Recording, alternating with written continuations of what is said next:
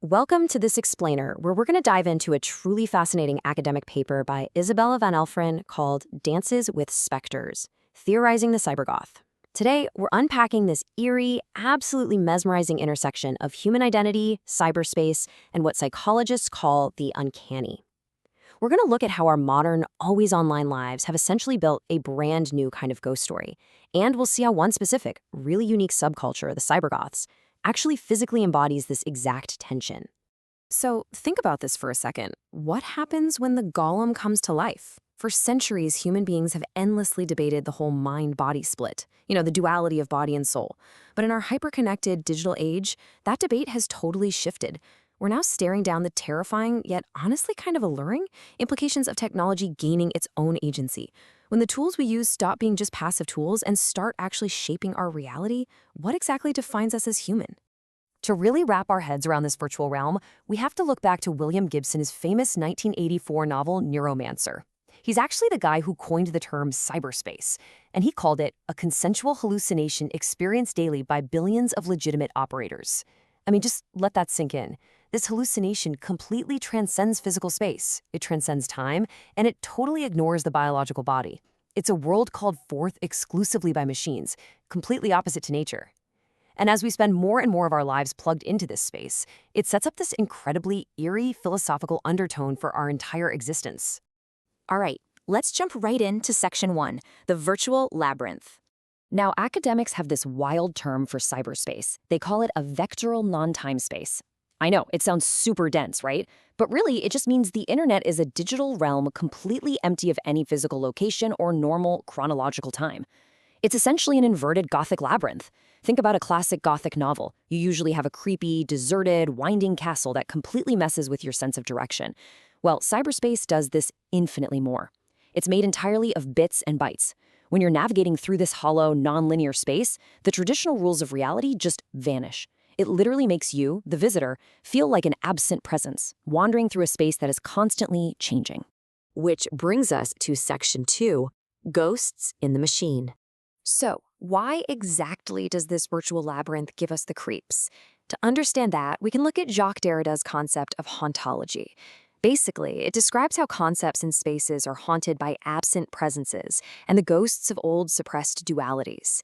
In the context of cyberspace, it means our digital systems are literally haunted by our cultural anxieties. Because cyberspace doesn't have physical boundaries, we end up dragging our oldest, deepest fears right into it with us.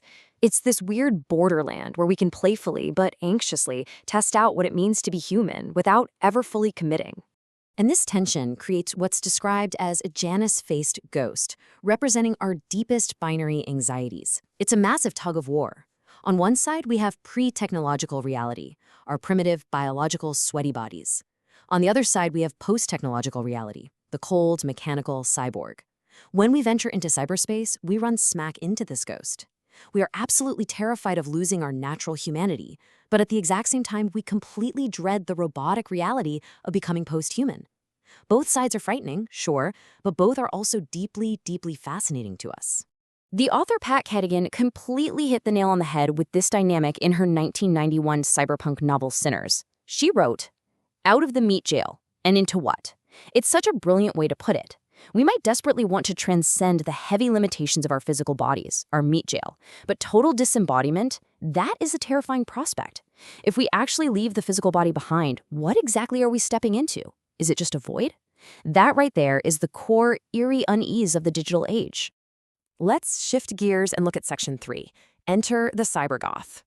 Here's the crucial shift, and it's so fascinating. Goths actively embody the ghosts that appear in liminal spaces. Unlike the historical Gothic tradition, where you might just safely read a scary story by the fire or watch a horror movie, members of Goth subcultures physically become the monsters. They choose to live in the borderlands, and the Cybergoth subculture in particular acts as this living, breathing emblem of our modern technological ambivalence. They don't reject technology, no way, but they aren't exactly throwing a party for it either. They literally become that two-faced specter we just talked about. You can see this tension playing out perfectly in their fashion. It's incredibly specific. They purposely and very provocatively smash together the mechanical golem with the biological human. Looking at the technological side, you've got goggles that never come off, heavy plastic hair extensions, and these stretchy, futuristic synthetic fabrics. But then, they forcefully contrast all of that with highly biological, sensual elements. Think corsets worn as outerwear, transparent fabrics that show off the human body, and a really undeniable in-your-face erotica. By presenting themselves as half machine and half flesh, they're physically acting out the uncanniness of our whole technocultural era. Moving right along to Section 4, Dancing with Spectres. Now, the evolution of their sound traces a really incredible path. Back in the 1980s, you had bands like Front 242 pioneering electronic body music, or EBM, basically by slamming bouncy synth-pop right into harsh, grinding industrial noise. Then, by the early 90s, bands like Fine Flug took that EBM and merged it with computer-generated trance.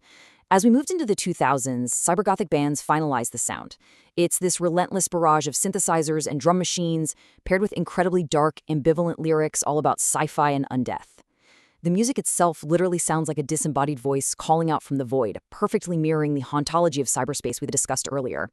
This super cynical view of technological creation is famously highlighted in the intro to a track called Kathy's Song by the Norwegian cybergoth band Apoptygma Berserk. It goes, Step 1, God created man. Step 2, man created machine. Step 3, machine created music. It's this dark mechanical twist on Genesis. It paints a picture of a world where human agency has just been entirely stripped away, and the machine has completely taken over the creative steering wheel. But the real magic? That happens on the dance floor. Dancing to this music is an intense, physical gateway. We're talking massive club amplifiers that allow these computer-generated sound waves to literally physically interfere with the dancer's body. The bass and sub-bass are so heavy they're felt rattling in your chest just as much as they're heard in your ears. This active dancing violently challenges that old-school separation of mind and body. It forces your physical, biological self to merge seamlessly with the digital machine. It is a moment of pure, ecstatic crossover right into the Gothic borderlands. Finally, let's wrap up with Section 5, our uncanny digital reality. So, what does this all mean for us? Well, the reality is the borders between real life and virtual reality have become hopelessly fluid.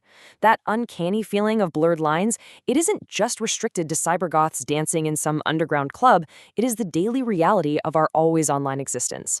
Our familiar, cozy world has become unhomely. You see, technology hasn't taken over in some flashy Hollywood cyberpunk explosion. Instead, the specter of technological transcendency is just always silently present. It's sitting right there in our pockets, constantly disturbing the safe borders of our reality. And this brings us to a really profound mic drop thought from philosopher Jean Baudrillard. He said, "It is the real that has become our true utopia, because we are constantly surrounded by these endless virtual simulations day in and day out. We've actually begun to mourn the loss of actual tangible reality. We don't even know where our utopias is anymore. And this constant state of not knowing, of living somewhere stuck between the physical and the digital, is deeply, profoundly uncanny." So as the virtual borderlands make our homes increasingly unhomely, we have to ask ourselves, where do you draw the line between your physical body and your digital data? Are you maybe already a ghost haunting the vectoral non-time space of the internet? Something to really think about the next time you log on and leave your digital footprint. Thank you so much for joining me on this explainer, and remember, keep questioning the borders of your reality.